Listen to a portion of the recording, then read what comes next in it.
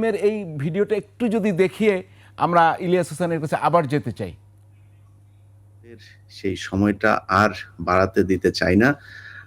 আমাদের এই জাতির সূর্য সন্তান, যিনি আপনারা 2024 সালের স্বাধীনতা দেখেছেন, 1975 সালের যে স্বাধীনতা, সেই স্বাধীনতা এনে দিয়েছিলেন আপনারা যে মানুষটিকে দেখছেন, সেই মানুষটি জনাব মেজর ডালিম। আমি আপনাকে মেজর ডালিম বলেই চিনি, কারণ আপনার জীবনের সবচেয়ে যে পুণ্যের কাজটি করেছিলেন সেটা মেজর ডালিম হিসেবেই করেছিলেন, যে কারণে আপনাকে আমরা মেজর ডালিম হিসেবেই ডাকতে স্বাচ্ছন্দ্য বোধ করি।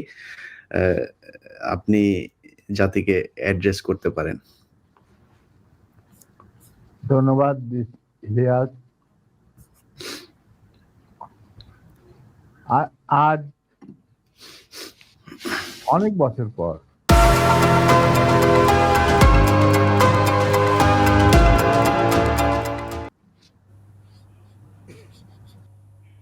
তো ইলিয়াস হোসেন আপনার কাছে আসবো, তার আগে এই আমাদের এখানে ফ্যাক্ট চেকার রয়েছেন, আপনাকে একটু জানতে চাই আপনার কাছে যে এই যে মেজর ডালিমের ইন্টারভিউটা যখন প্রচার হয়, আমি ফেসবুকের পোস্টগুলো যদি দু একটা দেখানো যেত, যে অনেকেই বলছিল ভুয়া, এটা কোত্থেকে কোন মেজর ডালিম নিয়ে আসছে।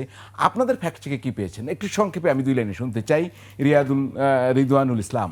আচ্ছা, যখন এই ভিডিওটা মানে লাইভ হলো, তারপর পরে হচ্ছে ফেসবুকে বিভিন্ন জায়গা থেকে পোস্ট করা হলো যে এটা এই মেজর ডালিম হচ্ছে ভুয়া মেজর ডালিম, বা একজন ব্যক্তির ছবি বাংলাদেশে বসবাসরত তার ছবির সাথে কম্পেয়ার করে বলা হচ্ছিল, তাকে তুলে নিয়ে হচ্ছে এখানে প্রচার করা হচ্ছিল আর কি। তো পরে আমি ব্যক্তিগতভাবে ওই ব্যক্তির সাথে রিচ করা সম্ভব হয়, তার নাম হচ্ছে মিনহাজুল আবিদিন। আমি তার সাথে যোগাযোগ করা সম্ভব হয়। তো পরে আমি দেখলাম যে না, ওই মিনহাজুল আবিদিন বাংলাদেশে আছে এবং তিনি হচ্ছেন একজন ঠিকাদার, পেশায় ঠিকাদার। তো দুজনের সাথে কম্পেয়ার করে দেখলাম যে না, ওই ব্যক্তি আসলে মেজর ডালিম না, যাকে মেজর ডালিম ক্লেম করা হচ্ছিল আর কি।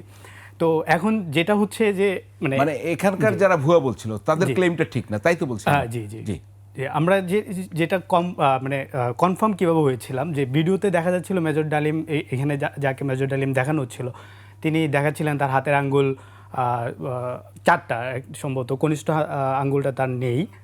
এই সূত্র হচ্ছে আমরা কনফার্ম হতে পেরেছিলাম যে আসলে দুইজনের মধ্যে পার্থক্য আছে, যে যাকে বলা হচ্ছিল যে উনি মেজর ডালিম, মানে বাংলাদেশি তুলে নিয়ে দেওয়া হয়েছে, তাকে মেজর ডালিম ক্লেম করা হচ্ছে। তো দুজনের মধ্যে আমরা কম্পেয়ারটা ওইখানে করতে পারছিলাম যে হাতের আঙ্গুলের মাধ্যমে।